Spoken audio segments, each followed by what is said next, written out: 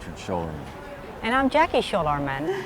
Hi, I'm Jackie Schoelerman with Coldwell Banker Realty. Today I'm with Karyn Stiles with Lassahn Fiduciary Services, and we're going to go over the fiduciary in general and what the services they provide and how it benefits the family. So Karyn, just tell us. Sure, yeah. Well, fiduciary is a relatively newer term. Here in our office we have 3 of us, and it's a family business. My cousin Ann, her license number is 96, and Kelsey, her license number is in the thousands, and mine's 1100. So there just aren't that many of us, and this is in all of California. So it's relatively a new profession, and what it means is we have a responsibility to our clients, a fiduciary responsibility to manage their funds. That is a very broad definition because it also comes with health care. So our clientele are generally the elder population, and we step in when they're unable to manage their own finances and sometimes their own care. So we step in as power of attorney for health also. There's always a period of time where it just gets harder for people to pay their own bills. And that is when we come in and manage their assets for them. There is a lot of room for fraud during that time and during that time in someone's life. Financial elder abuse is on the rise, and it has always been one of the highest frauds there is. So we are there to protect them against it. And I think that is the most valuable part of our service, so that they're not accidentally giving money away or someone is not taking it from them. Another benefit is after someone's death, we administer the trust or the estate. And the benefit in that is we do it all the time. We're extremely efficient with it. We do it correctly, and a lot of times this is left up to family members. So not only are they dealing with the death of a parent or a friend or a brother or sister, but they are now in charge of administering their estate. And it's something they've never done before, and it can be quite tedious. I think on average, it takes an estate settlement, 300 to 600 hours to actually administer the estate, and that's a lot of time. So the benefit in our service there is that the family doesn't have to do it, and we do it correctly and efficiently. And let's be honest, a lot of family members, it's not their thing.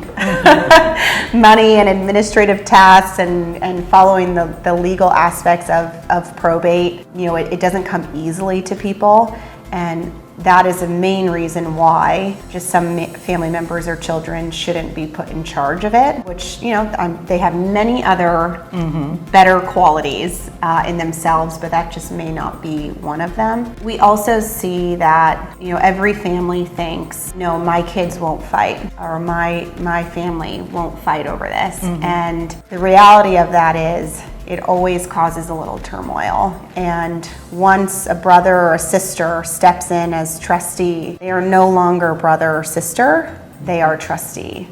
So it changes the family dynamic and the relationship, and oftentimes that can lead to really ruining their relationship. We get involved a lot beforehand, but also a lot after this has already happened. So we come in because the siblings are fighting, because one sibling didn't like how the other sibling was doing it, and it's sad, just because of this money, which could be a very small sum, but it's what mom and dad left for them, so it's very important, but it caused so much turmoil that their relationship is now ruined. Yeah, that's true. So I think that's the highest quality or benefit for post-death. And who are the other advisors that you typically coordinate or work with in serving your clients? We are strictly a fiduciary company, so we act as the trustee, power of attorney for health, or power of attorney for finance. I'm also a CPA, but I don't do my clients' taxes. We believe that, especially with clients who come in with their professionals, that those professionals should be kept in place. Especially if, a lot of people worked with their CPA for 30 years, and there's no way we want to disrupt that. Yeah. So we work with CPAs, financial advisors, investment advisors, attorneys, real estate professionals, realtors, property managers. And any of those professionals in place with our current client We just come in and seamlessly continue to work with them. We don't disrupt those relationships. Do you have to be licensed in order to be a fiduciary? Yes, you do. There's a California Fiduciary Bureau which manages the licenses. You do have to be licensed. It's quite easy to get the license, I think. My CPA license doubles also as a fiduciary license, but I do have both. I sat for the test. I thought it would be beneficial. Right. If you're a sibling or a friend or a family member acting as a trustee for someone, you don't have to be licensed, you are named. But if you're a professional, making income off of it as a professional like we are, then Right. yes, you should be licensed. So are your fees based on the fixed fee, or is it on hourly? So every client is very different. Everyone has a different, spot in their life when we're jumping in, and it's really on a client-by-client basis. I see. But typically, so sometimes we come in and we start acting as a co-trustee with someone. They need a little bit of help, but they're not totally ready to give up everything, and they're still able to do a lot themselves. So in a case like that, we charge hourly and really just let them drive the relationship. We stay there in the background. We're there in emergencies. We make sure things get paid, but we let them really drive it. We also have clients, depending on the value of the state, we either charge a percentage or an hourly rate. And hourly rates are posted on our website. It's a new law that rates have to be posted. Oh, okay. So every fiduciary, you'll see their rates. And I think the good thing about our office is that we have a tiered system. So we have 3 fiduciaries, and then we also have 7 other staff members, care managers, financial professionals, bill pay, administrative. And so we have a tiered billing system. Fiduciary rate is the highest, and then it goes down depending on who's doing the work on your estate. That works for us, and I think it becomes pretty efficient because me at the highest rate, I'm not doing the administrative tasks. Right. Someone doesn't need to pay that high hourly rate for just these simple tasks. Right. So we have someone else do that. Right. What about geographic area? Do you work within a certain geographic, or if the client has properties or assets overseas, how do you handle that? Those are fun ones. We do not. We're here, and most of our clients come in to meet us first. It's a big job, and they need to trust us. They need to see our face. So because of that, the majority of our clients are right here on the peninsula or the South Bay. But that doesn't mean we can't go everywhere. I do have 2 clients in Oregon, and when they pass away, they're future clients, I will be the trustee, and it's really just a financial management part of it. He has a power of attorney, he has kids managing his health care, so I don't need to be around him. We are able to really be the trustee for anyone. I have another client in New Jersey, so we can be anywhere, but if we are power of attorney for health, it is easier if they're around here because we like to see them. Yeah. We have to see them, we have to check in on them, but that doesn't mean we can't do that from afar. Nowadays you can do anything from anywhere. And then clients with overseas property or beneficiaries, or even if they live overseas, totally fine. We can always communicate with them. If a property needs to be sold there, we manage it. We have a lot of referral sources, so maybe not in that country, but likely we'll be able to find a really good professional, and we do our due diligence, especially if we don't know that professional. Yeah. So, interviewing 3 or 4 of them, and by word of mouth. Right, yeah. At what point would you recommend that people should start engaging a fiduciary? There are so many different times that we could pop in. Yeah. And the reality of it is, pre-planning is best. Right now, while you have the ability to change your trust, you should make sure that the person who is your successor trustee is, 1, willing to be your successor trustee, 2, is not the same age as you, because then it's kind of a race on who is gonna kick the bucket first.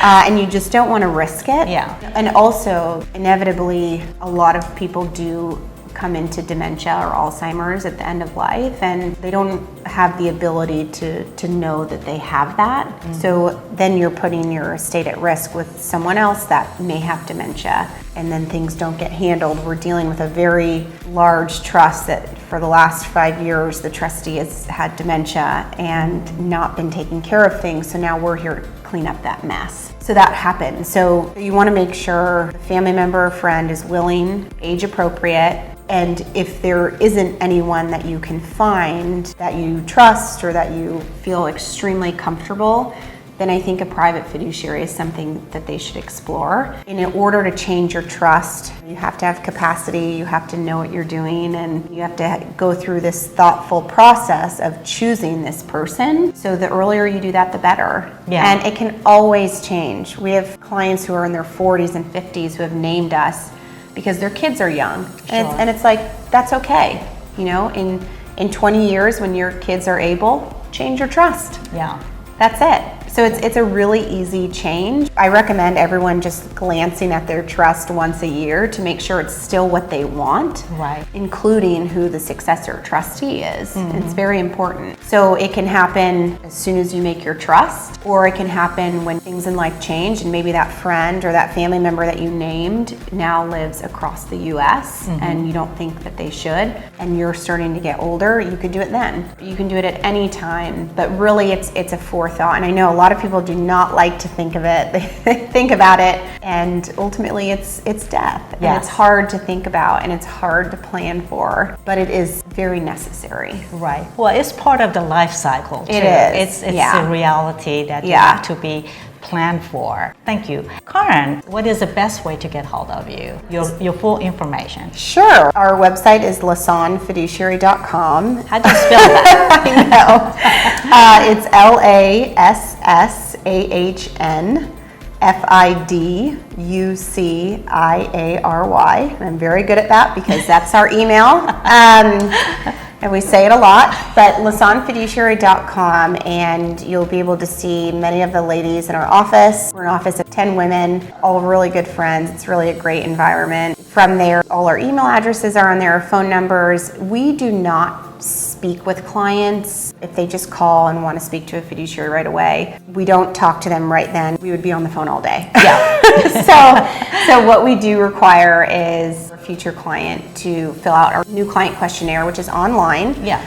You can fill it out online, or we can send it to you. From that, we will make sure that we're a good fit for you. Yeah. And you're a good fit for us. And then we'll set up a call, which normally takes about an hour for someone to ask about our services, because there are just so many questions that people have and they don't know the process. They're like, well, how will you know something happens to me? And I was like, trust me, we find out. Yeah. You work with so many cases. Yeah, and whether it's an attorney, a neighbor, a friend, someone contacts us and lets us know it's time for us to step in. Yeah. A CPA. But people just have questions and want to put their mind to rest and feel easy about their decision, and that's the phone call where we do that. Yeah, wonderful. And what is your phone number? And you're in San Mateo, Yes. California. Yep, we're in San Mateo, California. We also have an office in San Jose. And your email? It's Karyn, Karyn, at lassahnnfiduciary.com. Right. And your phone number? 650-578-9030. Well, Karyn, thank you so much. I personally work with Karyn's sister, Kelsey, and I was so impressed with the professionalism. And, Likewise here, I've heard. Thank you very much. We had a mutual friend that we both stepped in and took care of it. Yeah. Well, thank you very much. Thank you. Yeah.